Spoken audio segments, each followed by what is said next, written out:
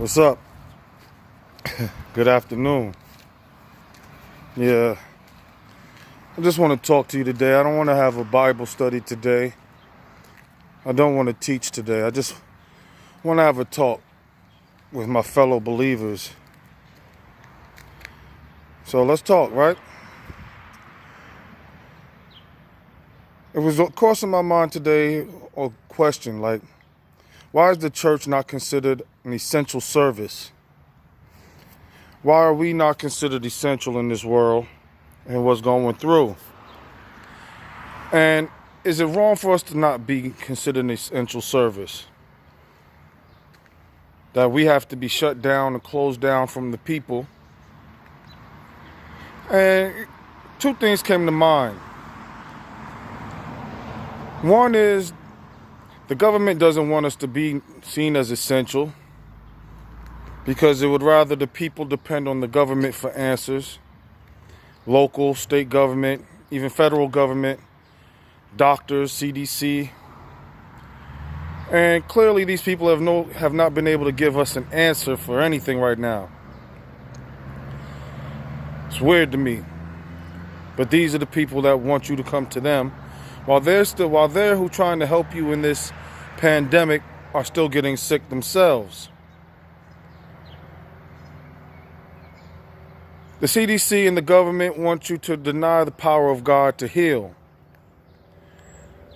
Which then comes to my second point is, at this point where the church stands, the church seems to be kind of non-essential. We don't walk in the gifts and authority that God has given us. We tend to be a powerless church these days. There's no working of miracles. There's no healing, no interpretation of tongues, no prophecy, no real prophecy anyway. All of a sudden, all prophecy is speak this over yourself and this shall happen and you should get this, and that's not what prophecy is. And my challenge to the church is that we start to teach the believers who we preach to and teach to read their Bibles, to see where Jesus said about the signs that shall follow those that believe, that they should that they should lay their hands upon the sick and they shall be healed, that they should drink, if they should drink anything poisonous, it shall not harm them, that they can take up serpents. We should also teach them to read 1 Corinthians where Paul says, I will not have you ignorant of spiritual gifts and how the gifts are used and what the gifts are for.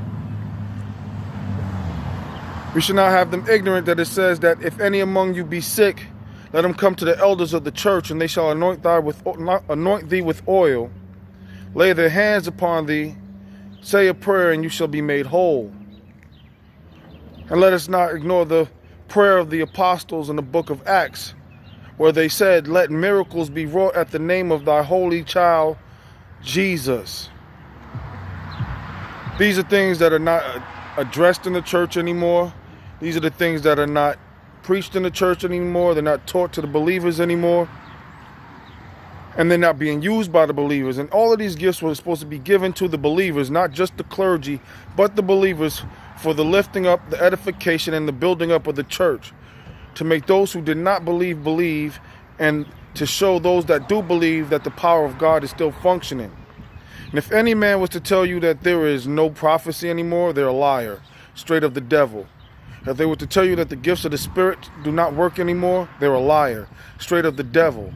What it is that the teachers, the false teachers, have failed to teach you what you should be able to do and the authority that you have under Christ, given to you by the authority of Christ, which is given to Christ the Son by the authority of the Father, who are one.